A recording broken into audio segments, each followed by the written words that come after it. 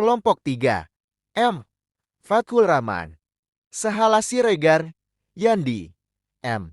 Alfitra Arsyad, Depri Yurisman, Restu Bayustafi, Nur Fajri Hermawan, Edi Firmansyah. Ketika kita berbicara tentang manajemen perkantoran, Pak, jadi di sini ada pertanyaan dari saya, Pak, tentang bagaimana proses penerimaan siswa baru PSB di sekolah ini. Apa saja langkah yang dilakukan dalam proses tersebut? Oke, masalah PSB ya. Jelas kami membuat panitia penerimaan santri baru. Adapun mekanismenya, ketika pertama kita promosikan, setelah promosikan ketika ada yang mendaftar di sini, ini termasuk di sekretariatannya bisa dibaca kan ruangan pendaftaran kan, itu kan, karena kita terbatas di sini ruangannya.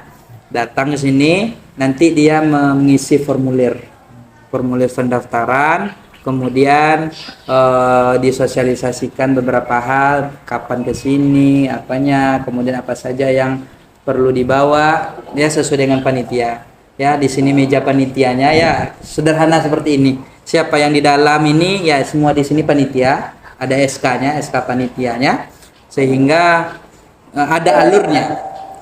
Itu yang pertama. Yang kedua, ketika dia jauh, contohnya dia di Pekanbaru, nggak sempat sini mau mendaftar, kita ada pendaftaran online ya, Google Form ataupun melalui WA bisa juga. Nah, itu mekanisme ketika yang ingin mendaftar ya, pertanyaannya ya, yang ingin mendaftar ya seperti itu. Kalau datang langsung ya mengisi formulir pendaftaran ada, kemudian melengkapi beberapa administrasi dan lain sebagainya, sehingga diarahkan kapan ke sini, apa saja yang perlu dibawa, sehingga semuanya jelas. Kalau kurang jelas silakan di WA atau di hubungi nomor yang telah tertera.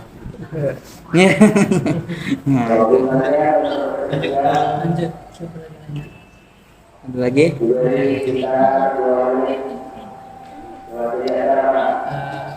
Baiklah Pak, di sini saya bertanya Pak. Izin bertanya Pak, bagaimana sih Pak pentingnya keamanan informasi dalam pengelolaan arsip perkantoran Pak? Apa namanya? Pengelolaan arsip di pondok pesantren ini Pak, gitu. Keamanannya Pak. Ya, seperti yang kamu lihat sekarang. Nah, ini ada arsip-arsip kita. Kalau arsipnya itu memang diperlu, itu ada kami kami simpan seperti piagam sekolah ini, kemudian sertifikat yang penting, kemudian laporan-laporan yang sifatnya yang sensitif itu tidak kami simpan di sini, mungkin kami simpan di tempat-tempat tertentu, sehingga keamanannya, karena sebagaimana yang kita ketahui ya, tak semuanya yang perlu tahu oleh bawahan. Kemarin kan konflik kami ada seperti itu, gara-gara Pak Mufti tidak transparan. Iya, kita sebagai kepala sekolah ada yang perlu kita transparkan, ada yang tidak. Tidak semua yang harus kita beberkan ke bawahan. Itu perlu kita ketahui. Tapi kalau untuk keamanan, kalau di sini itu kalau kalian lihat itu tentang absen arsip, surat masuk, kemudian guru-guru, kemudian arsip-arsip ujian, SK dan lain sebagainya kita taruh di sini. Dan beberapa laporan ada juga kami taruh. Kemudian laporan-laporan yang bersifat sensitif ya kita coba untuk ketika dibutuhkan baru kita keluarkan. Itu untuk kenyamanan dan semuanya terkunci.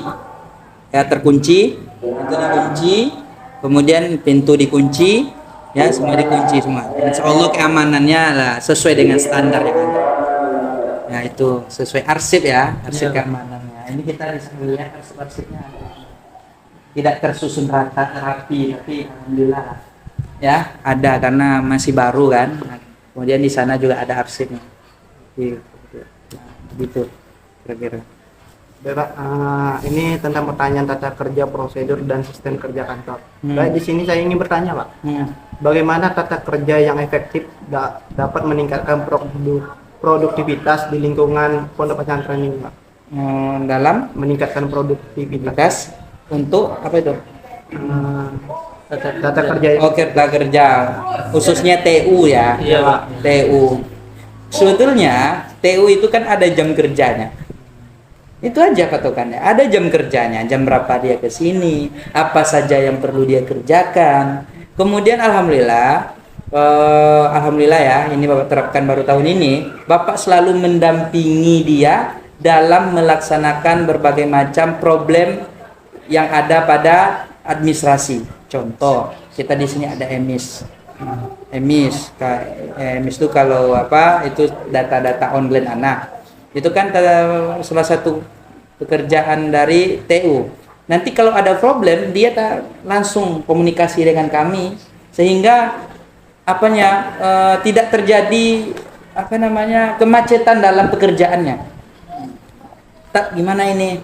Emis kita ini nanti nanti saya telepon pihak Kemenak apa masalahnya begitu ya, karena berurusan dengan online. Kemudian tentang surat menyurat masuk, ketika ada surat masuk dia datang, Ustaz nih ada surat masuk, gimana ikut hadiri atau tidak diwakilkan. Nah, kan itu kan sebetulnya tugas dari TU semua.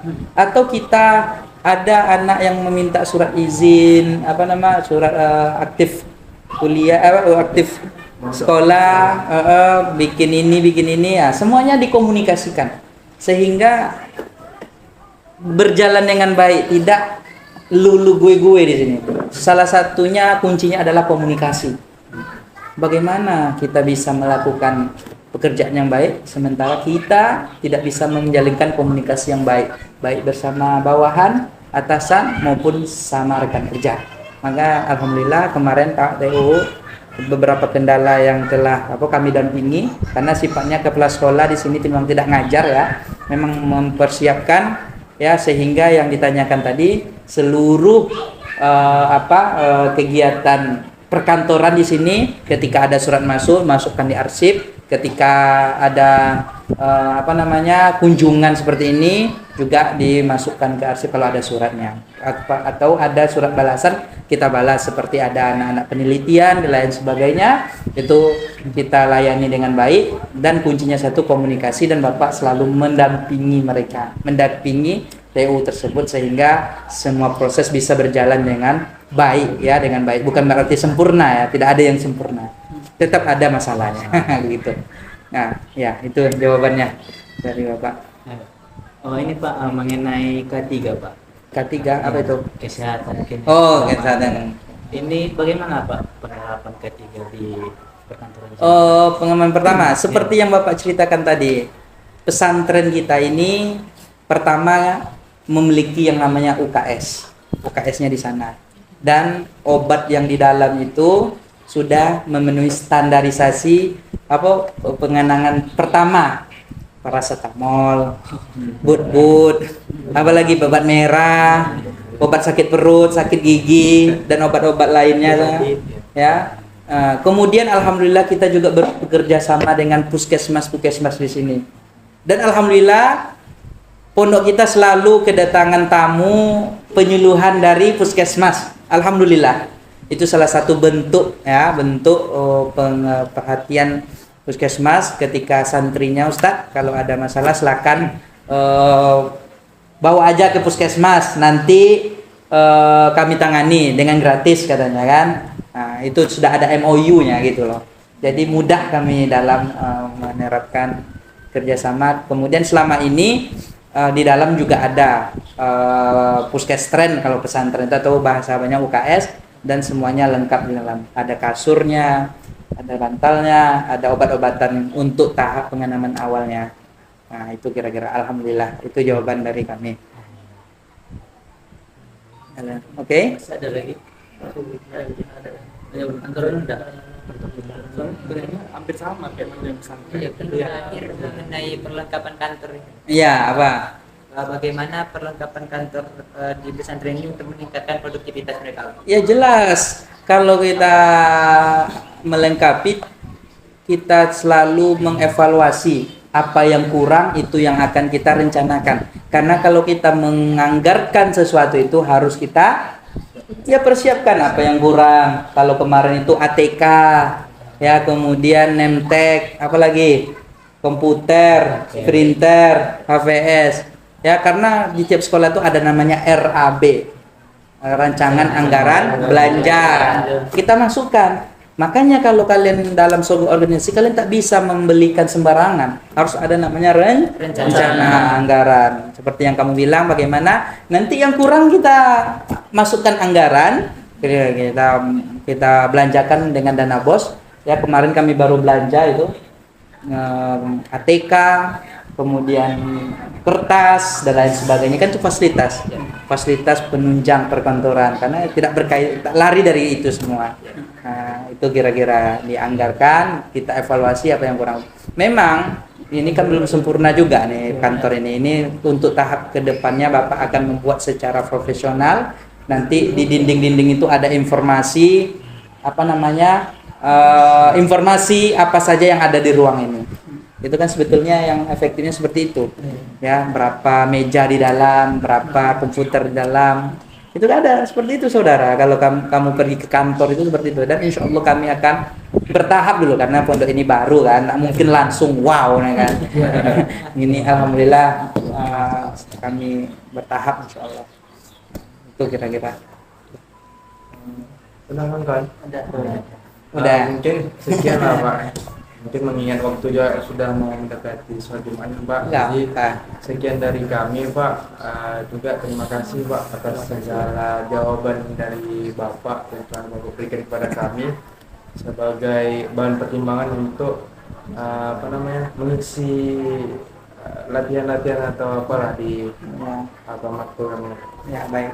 Ya, dari kami ya terima kasih juga telah berkunjung ke sini, jauh-jauh kalian ke sini. Alhamdulillah sebuah kehormatan juga ya. Mohon maaf kalau